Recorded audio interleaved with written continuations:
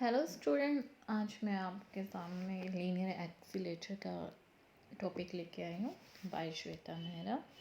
ठीक है, पहले हमें पढ़ेंगे कि लीनियर एक्सीलेटर क्या होता है। लीनियर एक्सीलेटर एक डिवाइस होती है जो एक्सीलेट करती है चार्ज पार्टिकल या आयंस को एक स्ट्रेट लाइन के अलोंग। ठीक है, इसकी जो एप्लीकेशन है वो यूज़ करते हैं हम अल्टरनेटिंग इलेक्ट्रिक फील्ड जो प्रोड्यूस करते हैं by high frequency oscillator. Two types के ओसिलेटर एक्सीलेटर होते हैं, ड्रिफ्ट ट्यूब एक्सीलेटर और वेव गाइड एक्सीलेटर। आज हम फर्स्ट पार्ट डिस्कस करेंगे लीनियर एक्सीलेटर का, ड्रिफ्ट ट्यूब एक्सीलेटर। ठीक है, जो हम कंस्ट्रक्शन की ओर ध्यान देते हैं, हमारे पास C1 C2 C3 ये हमारे पास क्या है, सिलेंड्रिकल ट्यूब्स हैं, दिस वन। ठीक है, और ये क्या हो रही है, इनकी लेंथ क्या हो रही है, इंक्रीज हो रही है। आप देख सकते हैं, पहले स्मॉल है, इससे थोड़ी सी बिग, वैसे वैसे इनका साइज़ क्या हो रहा है, इंक्रीज होता जा रहा है। ठीक है, C1 C3 और C5 क्या है, this and this are connect together. ठीक है, जिसको किसी एक हाई फ्रिक्वेंसी ओसिलेटर यानी दिस वन, ठीक है, इससे कनेक्ट किया गया है। और C2 C4 and C6 also. ठीक है, ये सब ये एक साथ कनेक्ट किए गए हैं। ठीक है, on the other terminal of the half oscillator, यानी एक पॉजिटिव टर्मिनल बन गया, एक नेगेटिव टर्मिनल बन गया। सोर्स ऑफ आयन है हमारे पास S। ठीक है, और कौन सा एक्सिस है, कॉमन एक्सिस है हमारे पास, यानी मान लो एक्स डायरेक्शन है। ठीक है, अब हम मूव करते हैं इसकी वर्किंग और थ्योरी पे। ठीक है, हमने क्या लिया, एक ऐसे एक सोर्स ले लिया जो कि कैसा है, पॉजिटिव चार्ज आयन है। ठीक है, ये वो एंटर करता है चैम्बर में। ठीक है, common axis of the cylindrical tube. ठीक है, एक्स एक्सिस मान लेते हैं जो हमारा कॉमन एक्सिस है।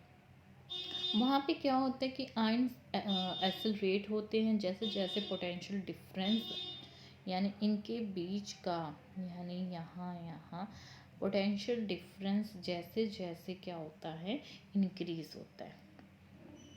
जैसे जैसे आयन इन एक्सियल ट्यूब यानी सिलेंड्रिकल ट्यूब से क्या होते हैं, पास ऑन होते हैं, तो वैसे वैसे इनकी वेलोसिटी भी क्या होती रहती है, चेंज होती रहती है। ठीक है, कई बार वेलोसिटी यूनिफॉर्म हो जाती है, कई बार क्या हो जाती है, वेलोसिटी काफ़ी हाईली एक्सेलरेट हो जाती है। ठीक है, और हमने इस चैम्बर के अंदर हमने electric field inside the metallic tube is zero किया है।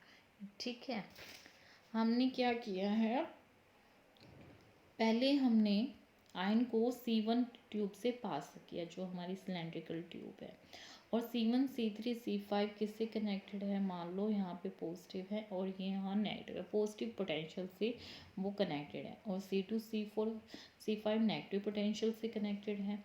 जो आयन्स ट्रैवल करेंगे from C1 to C2 C1 से लेकर C2 तक, तो क्या होंगे, वो एक्सिलरेट होंगे जब वो एंटर करेंगे ट्यूब C2 में, यानी जब वो इसमें एंटर करेंगे तो उससे पहले ही क्या हो जाएंगे, जो पार्टिकल है, आयंस है, वो क्या हो जाएंगे, एक्सिलरेट हो जाएंगे।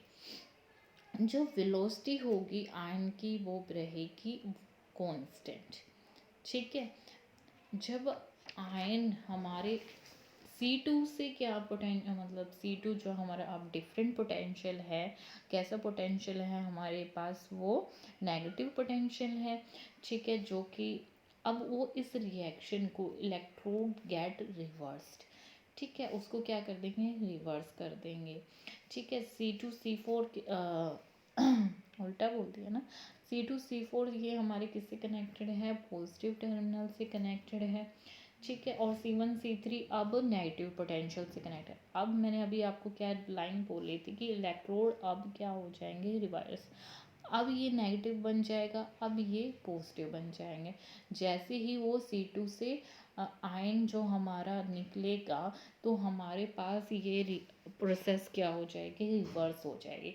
अब जो हमारे C1 C3 C5 पॉजिटिव थे, अब वो क्या हो जाएंगे, रिवर्स हो जाएंगे। वो नेगेटिव हाफ ऑसिलेटर से कनेक्ट हो जाएंगे और C2 C4 एंड C5 किससे हो जाएंगे, पॉजिटिव से। ठीक है। जब आयंस ट्रैवल करेंगे between the gaps from the tube C2 to C3, यानी दिस टू दिस, ठीक है, आयंस फिर क्या हो जाएंगे, अगेन एक्सेलरेट हो जाएंगे और उनकी वेलोसिटी क्या हो जाएगी, इंक्रीज हो जाएगी। ठीक है। अब आयन किसके ट्रैवल करेंगे, C4 में। ठीक है। अब आयन हो जाएंगे C4। यहाँ पे जो वेलोसिटी है, यहाँ तो C2 से C3 में क्या होगी, वो हमारी इंक्रीज हो गई थी। ठीक है। अब C3 से C4 में क्या हो गई है, कांस्टेंट हो गई है। ठीक है। कोई वेरिएशन अभी नहीं आया है।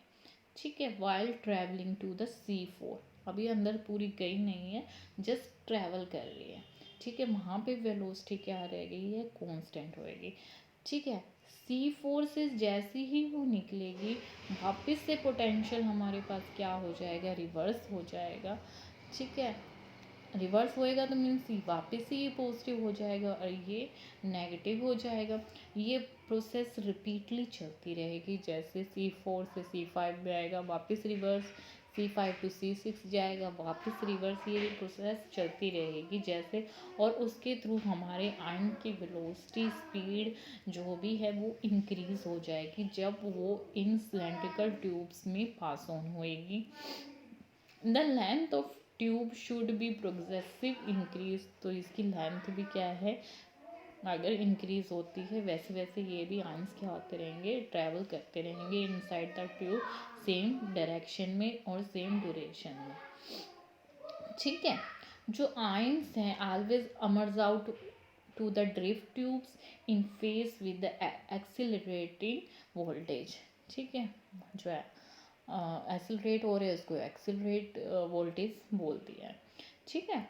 जो हमारे आयन एक्सिलरेट हो रहे हैं इन ए प्रॉपर फेज, जो टाइम बिटवीन वो ट्रैवल कर रही है बिटवीन द टू इलेक्ट्रोज, मान लो C1 से C2 के बीच में, तो वो क्या है, एक half period of the high frequency oscillator है। यानी हाफ टाइम पीरियड हो गया, टाइम पीरियड क्या हाफ है। ठीक है। तो distance travel by the ions during the half period of the frequency, तो हमारे पास मान लो Ln, हमारे पास मान लो डिस्टेंस है between two successive drift tubes. ठीक है। और हमारे पास Vn क्या है, वेलोसिटी है आयंस की, मान लो nth ट्यूब के लिए हमारे पास। ठीक है। एंड टी हमारे पास क्या है, टाइम पीरियड, कैसा टाइम पीरियड है, जैसे मैंने अभी बताया हाफ टाइम पीरियड है। और वी हमारे पास क्या है, यहाँ फ्रीक्वेंसी है। ठीक है। फ्रीक्वेंसी कैसी फ्रीक्वेंसी है हमारे पास, ओसिलेटिंग फील्ड के लिए। ठीक है। अब हम करेंगे इसी का energy of the ions. Energy of ion के लिए हमारे पास VE हम मान के चलते हैं effective value of the alternating EMF है। यानी बस VE क्या है हमारे पास, V not sine omega T है। ठीक है। हम यही लेते हैं इक्वेशन। हमारे पास V नोट क्या है, पीक वैल्यू है EMF की। Energy acquired by the ion is passing through the one gap, अगर वो वन गैप से पास होता है, यहाँ लिख रही है, तो उसकी क्या होएगी, क्यू क्या हमारे पास चार्ज है। ठीक है। तो हमारे पास क्या है, एनर्जी जो रिक्वायर्ड होएगी आयंस की, तो अगर वो वन गैप से पास होता है तो उसके लिए एनर्जी हमारे पास QVE है। ठीक है। टोटल एनर्जी क्या होएगी, बाय हम काइनेटिक एनर्जी से लेके चलेंगे, हाफ mv/m²। ठीक है। किसके इक्वल होएगी, वन के लिए, जो वन हमारे nth हम लेके चल रहे हैं QVE। ठीक है। हमने ये निकाल ली थी, ये क्या थी हमारी energy required by the ion, passing through one gap. अब हम इसमें nth ले रहे हैं, दोनों में वेलोसिटी nth हो, हमने nth ले ली, ठीक है। m और q क्या है हमारे पास, mass and the charge of the ion, और प्लस में हम क्या करेंगे, k एड अप करेंगे जो कि कांस्टेंट है, ठीक है। जो हमारे particle enter the accelerator with an energy which is always greater than 0, ठीक है। And the first gap has only half of the accelerator voltage. जो फर्स्ट गैप है वो कैसा है, half of the accelerator voltage है। तो oscillator is balanced with respect to ground. तो हमारे पास वी एन की वहाँ से हम वैल्यू निकालेंगे तो हमारे पास क्या आएगी, अभी जो हमने रिलेशन करी थी उसी से हम क्या निकाल लेंगे, वी एन हमारी वेलोसिटी निकाल लेंगे, ठीक है, जो कि ये आएगी। के मान के चलो अगर हम 0 है तो वी एन क्या आ जाएगा, सिर्फ इतना आ जाएगा, ठीक है। अब हम इसके एडवांटेजेस पढ़ेंगे, ठीक है। एडवांटेजेस से पहले हमने जो रिलेशन निकाली थी, तो हमारी जो रिलेशन से हमारा क्या क्या निकाला था कि हमारे जो एक्सीलरेट होते हैं वो लार्ज वेलोसिटी से हो रहे हैं। Magnitude of the applied voltage क्या होना चाहिए, लार्ज होना चाहिए। Number of the cylindrical tubes used in the accelerator should be large, ठीक है। एक्सीलेटर करने के लिए हमारे पास क्या होना चाहिए, लार्ज होना चाहिए, ठीक है। ओके, अब हम now move to the advantages. They are quite economical for the higher energy and provide a well collimated beam of the accelerator particle, ठीक है।